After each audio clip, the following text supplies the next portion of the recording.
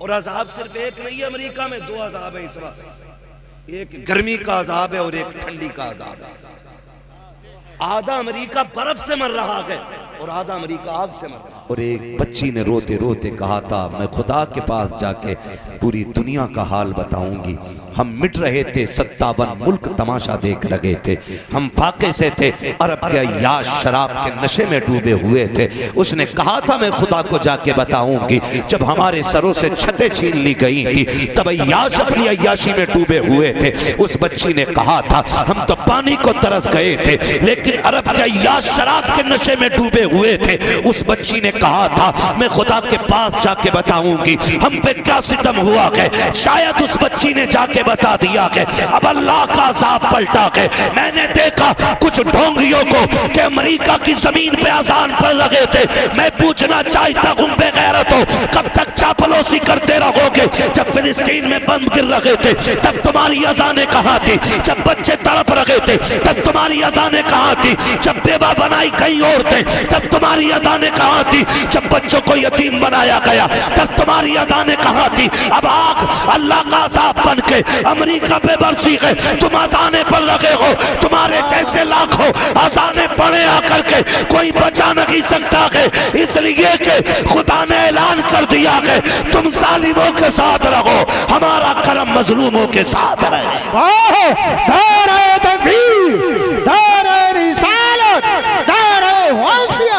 बस लगे आला हज़रत अल्लामा मुफ्ती अब्बास मुरादाबादी, नारे तकबीर, चश्मे दस्तार बंदी, जिंदाबाद जिंदाबाद।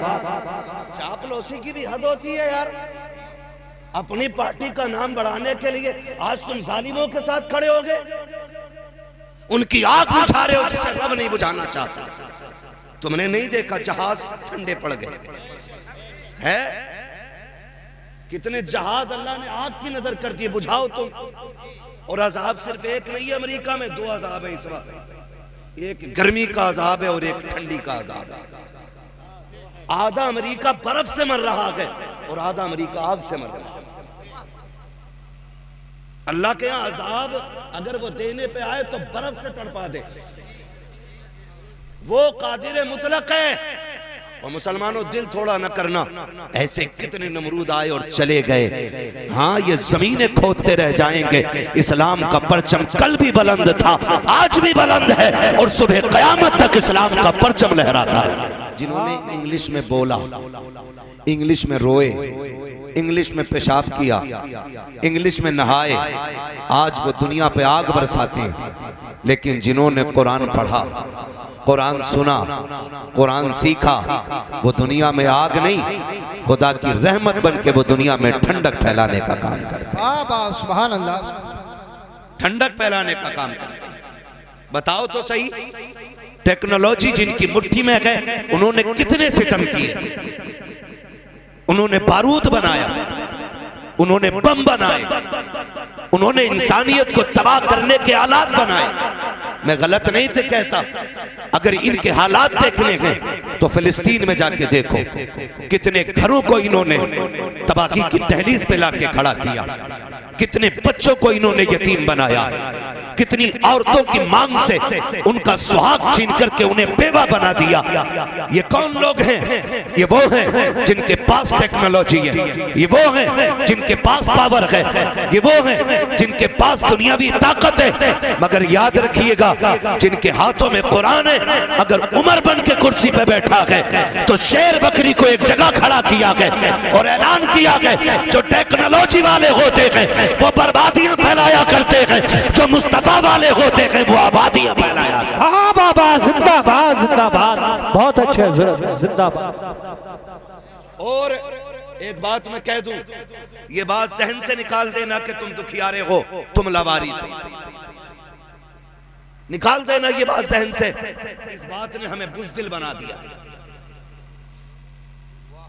हम बेसहारे हैं, हम लुटेरे, हम लुट गए हैं, हमारा कोई नहीं है। नहीं, हम तो वो हैं जिसका काबे वाला भी वारिस है और खुद मदीने वाला भी वारिस है। सुभान अल्लाह, सुभान अल्लाह। इतने हल्के में ना लेना कि कोई कुछ भी कर जाएगा हम मिट जाएंगे। तुम जो कर लो लेकिन इस्लाम की फितरत में कुदरत ने लचक दी है, जितना के दबाओगे उतना ही ये उभरेगा। हाँ, आज दुनिया देख नहीं रही है वो फिलिस्तीन के बच्चे की बात, शायद आपको भी याद होगी, मुझे तो रात को याद आ जाती है तो नींद उड़ जाती है। उसने भागते हुए कहा था अल्लाह अल्लाह अल्लाह। पीछे कौन थे? बारूद था, बम था, फौजी थे, असलहे थे, लेकिन उस बच्चे की जबान पे सिर्फ अल्लाह। सुभान अल्लाह। लेकिन यहाँ रुक के एक बात कहूं, शर्त है हमें सही होना है, हमें सही होना है। कोई कुरान का एक वर्क फाड़ दे तो पूरी कौम के सीने में आग लग जाती है, और लगनी भी चाहिए, क्योंकि कुरान के एक नुक्ते की भी तौहीन हम गवारा नहीं कर सकते। नुक्ता तो क्या, जिस जुज़दान में कुरान रखा जाता है, हम तो उस कपड़े की भी तौहीन गवारा नहीं करेंगे।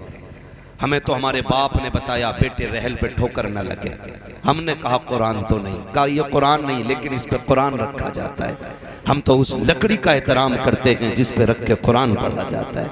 लोग हमारे इश्क का अंदाजा लगाएंगे हमें कुरान से कितना प्यार है, हम कितना प्यार कुरान से करते हैं। लेकिन आपसे थोड़ा सा सवाल है मेरा, हमने कहीं कुरान की तौहीन तो नहीं की?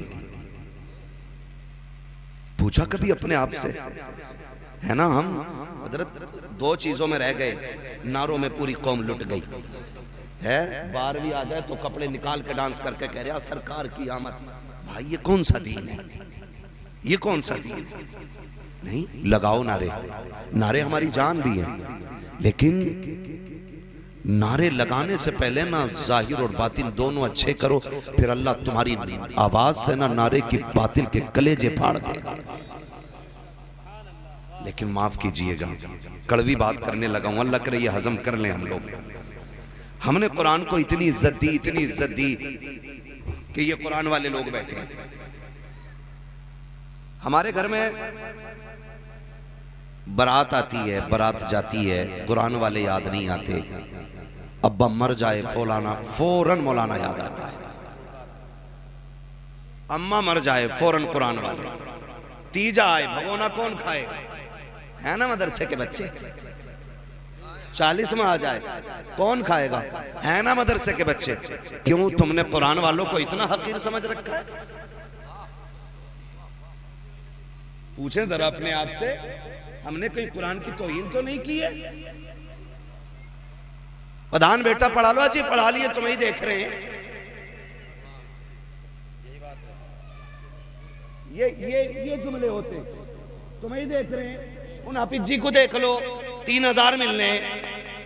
अगर दौलत ही असल होती ना तो एक रात में 50 लाख भी जेब काट के मिल सकते। लेकिन पता है क्यों है ये प्रधान ऐसा क्यों कह रहे?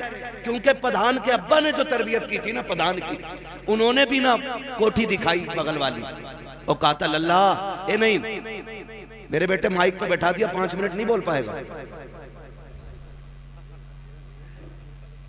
तवज्जो कर लें थोड़ी सी, मैं वो शौक नहीं है शोर मचाने का मुझे भी, आप सुने तो ठीक है, ना सुने तब भी ठीक है। रोज बोलना रहता, होगा भी नहीं है कि आज टाइम ना मिला तो रोटी हजम नहीं होगी, है ना। ये हमारे मौलाना साहब और इनके साथ के लोग गए तो बस मोहब्बतें हैं, मैं आ गया। भाई ये माइक क्यों निकल रहा है इसका? तो गौर से सुन ले थोड़ी सी बात, तवज्जो करें। हम ये जो मुखिया जी कह रहे हैं ना जी पढ़ा लिए बतेरे हाफिज जी, देखें हमने भी, इनकी भी वजह क्या है कि इनके अब्बा ने कहा था लल्ला ये देख रहा है ये कोठी जो 2 मंजिल बनी है, इनके पास ना 10 साल पहले कुछ भी नहीं था, 10 साल में इन्होंने 2 मंजिल बनाई है, लल्ला तुझे 3 बनानी। अब जब ये सबक उंगली पकड़ के अब्बा ने पढ़ाया ना तो फिर मुखिया ने भी कोठी बना ली। दौलत तो आ गई लेकिन दीन ना आ सका। हमने अपने बच्चों को बचपन में अमीरों के किस्से सुनाए, हमने कोठी वालों के ख्वाब दिखाए, हमने ठेले से लेके बिल्डिंगों तक का सफर बताया, हमने ये बताया मुखिया मुखिया कैसे बना, जमींदार जमींदार कैसे बना, ठेकेदार ठेकेदार कैसे बना, ये तो तुमने बताया। क्या कि अच्छा होता काश तुमने बच्चों को अबू बकर के किस्से सुनाए होते, उमर की बातें बताई होते, नबी के गनी के किस्से बताए होते, हैदर कर्रार के इश्क के सबक पढ़ाया होता, करबला वालों की दास्तान सुनाई नहीं होती। आज तेरा बेटा भले अमीर बनता ना बनता, मुस्तफा के दर का गुलाम जरूर बन जाता, मुस्तफा के दर का फकीर बन जाता। और याद रखिएगा, लोग कहते हैं क्या कि कुरान वालों के पास दावे के साथ कहता हूँ, जाओ पूरी दुनिया की दौलत इकट्ठी कर लाओ, मैं इस कुरान के हाफिज के सीने की एक आयत लेके आता हूँ, सारी दौलत मिलकर के कुरान की एक आयत का मुकाबला नहीं कर सकती। सुभान अल्लाह, सुभान अल्लाह, जिंदाबाद जिंदाबाद उलमा अहले सुन्नत।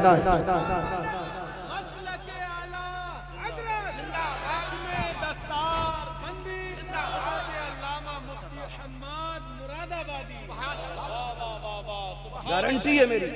क्या तोल रहे हो, क्या तोल रहे हो?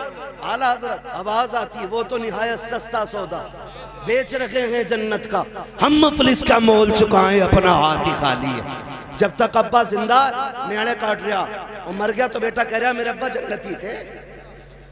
क्यों? गफुरिया ने भी देखा, मजीदन ने भी देखा है, जिंदगी में जिसे अच्छी शक्ल दिखाई ना दी, मरने के बाद उसे जन्नत दिखाई देगी। ये ठेके ना ले, अल्लाह के राज अल्लाह पे छोड़। अगर वो मुर्दों के ऐब छुपा के न रखता तो कब्र में रखने का कभी हुक्म ना होता। उसने जो मिट्टी डलवाई है ना मनो, उसने राज छुपाए हैं, का ये राज अब कयामत में खुलेंगे। क्या करके आए थे, क्या छोड़ के आए थे। हाँ, इतराने की कोई जरूरत नहीं है। कह रहा उसके जैसी बिल्डिंग बनानी है ना, अपने बच्चों को सबक पढ़ाया करो। बेटे मुश्किल आए तो अपने रब को आवाज दो। वो हमारा रब इतना करीम है, इतना करीम है। बंदा एक बार कहता या रहमान, वो 70 बार कहता मांग मेरे बंदे क्या मांगता है। लेकिन हमने तो हाथ ही वहां फैलाया जहां मिलना नहीं था, उसके आगे कभी झुके ही नहीं। जो दे के खुश होता है, जो दे के खुश, गलत नहीं कह रहा हूं, हमारे यहाँ के प्रधानियों का तो यही हाल है। एक बंदा प्रधान बन जा, पूरा मोहल्ला उसकी बैठक में बैठ रहा, किस लिए? खाली एक कप चाय के लिए।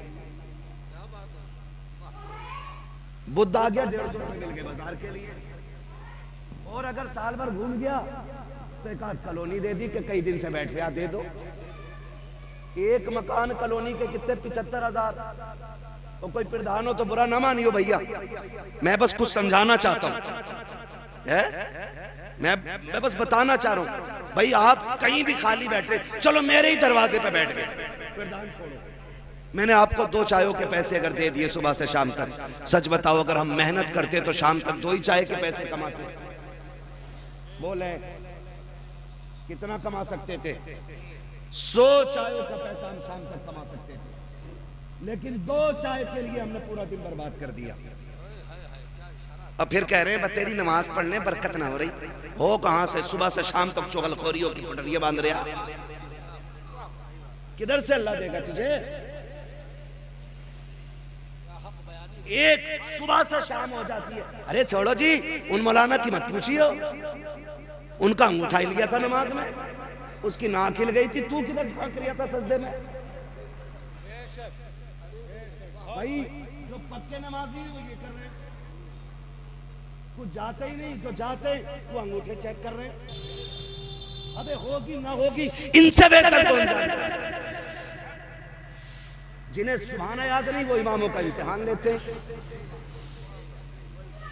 कसम से कह रहा हूं, अगर खड़ा कर दिया ना, मैं अगर खड़ा करके सूरह फातिहा सुन लूं, 99% लोगों की नमाज नहीं होगी। लिमिट में रहा करो। अगर 1-2 टाइम के सजदे की तौफीक हो गई है तो अकड़ने की जरूरत नहीं है। उसने 4 सजदों की तौफीक दे दी है तो निकल कर गरेबान उठा के ये मत कह तू ज़ोहर में कहाँ था, तू असर में कहाँ था, बल्कि रोक के मालिक जैसे कर सका वैसे सजदे कर गया हो। खता हो गई हो तो माफ कर देना मालिक, तू कमी करीम है, हमें सजदे का भी सलीका नहीं है, कयाम हमसे नहीं आता है, लेकिन तू तो करीम है, सुना के तेरी बारगाह से कोई खाली नहीं जाता है। इतना कह के तो देख, खुदा की दूसरों के ऐब तलाश करने में उतना सुकून नहीं मिलता है जितना अपनी खताओं पे आंसू बहाने में सुकून मिलता है।